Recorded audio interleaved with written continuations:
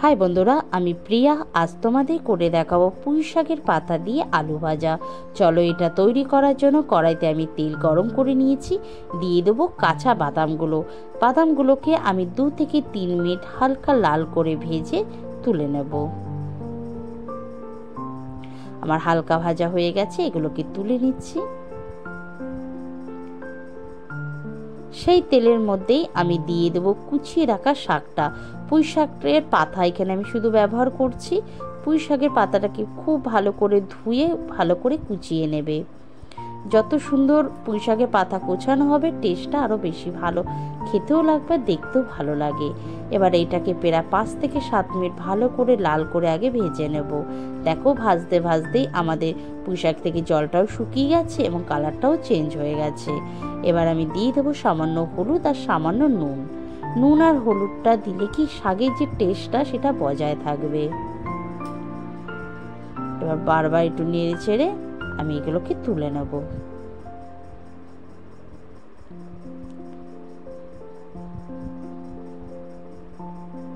সেই কড়াইতে আবার আমি সামান্য তেল দিয়ে দিলাম। দিয়ে দেবো আলুগুলো খুব ছোট করে কিউব আকারে কেটে নিয়েছি।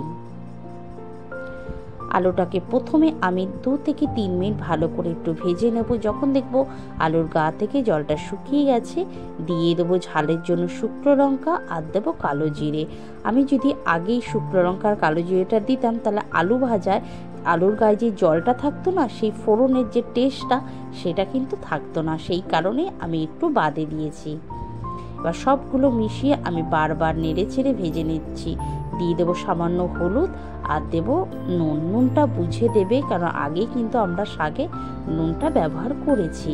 কয়েকবার নেড়ে ছেড়ে এটাকে এত সুন্দর করে ভেজে নিতে হবে, ভাজতে ভাজতেই যেন আমাদের আলুটা সিদ্ধ হয়ে যায়। এবার ঢাকা দিয়ে আমি 10 মিনিট রেখে দেব। গ্যাস আস্তে দিয়ে রেখেছি। দেখো, 10 মিনিট বাদে আমাদের আলুগুলোর কালারটাও চেঞ্জ হয়ে গেছে আর আলুটাও সিদ্ধ হয়ে গেছে। এইভাবে যদি তুমি গ্যাস আস্তে দিয়ে আলু ভাজা করো না, ভীষণ খেতে ভালো হয়। এবার আমি দিয়ে দেওয়া পোস্ত। আমি এখানে কাঁচা পোস্তই ব্যবহার করেছি, ভেজে নেওয়ার দরকার নেই, কেন আলুটার সাথেই তো আমরা ভেজে ফেলবো।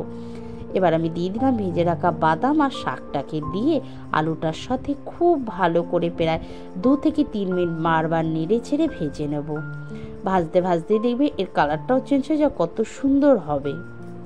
এই রেসিপিটা না ডালের পাতে বা যে কোনো সাথে অবভিয়াসলি ভালো, কিন্তু ডালের পাতে না এই রেসিপিটা অসাধারণ খেতে লাগে।